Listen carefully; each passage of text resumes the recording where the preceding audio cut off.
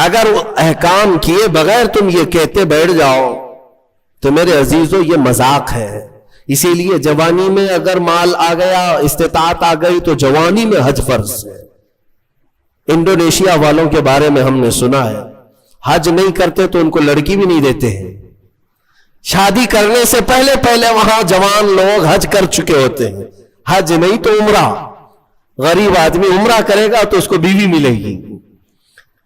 لہذا آپ میں سے جو اس طرح کے خیالات پالتے ہو کہ ابھی بہت کام باقی ہے، بعد میں دیکھ لیں گے حج، تو ان کے لیے یہ وعید ہے. کچھ بوڑھے جا چکے حج کے لیے، لیکن بہت سے تو ایسے ہیں موت آ گئی، وہ پلاننگ کرتے رہ گئے اور موت آ گئی. پھر ان کے لیے وہی وعید ہے جو حدیث پاک میں آئی ہے. پتہ نہیں ان کا خاتمہ کس انجام کے ساتھ ہوا ہو. حضور فرماتے ہیں مجھے اس کی پرواہ نہیں کہ یہودی ہو کے مرے یا عیسائی ہو کے مرے. اللہ نے اگر طاقت دی ہے، استطاعت دی ہے اور مال دیا ہے تو حج کر لیا کرے. یہ حج کے احکام بھی اس بارے میں آج ہم نے تلاوت کی ہے.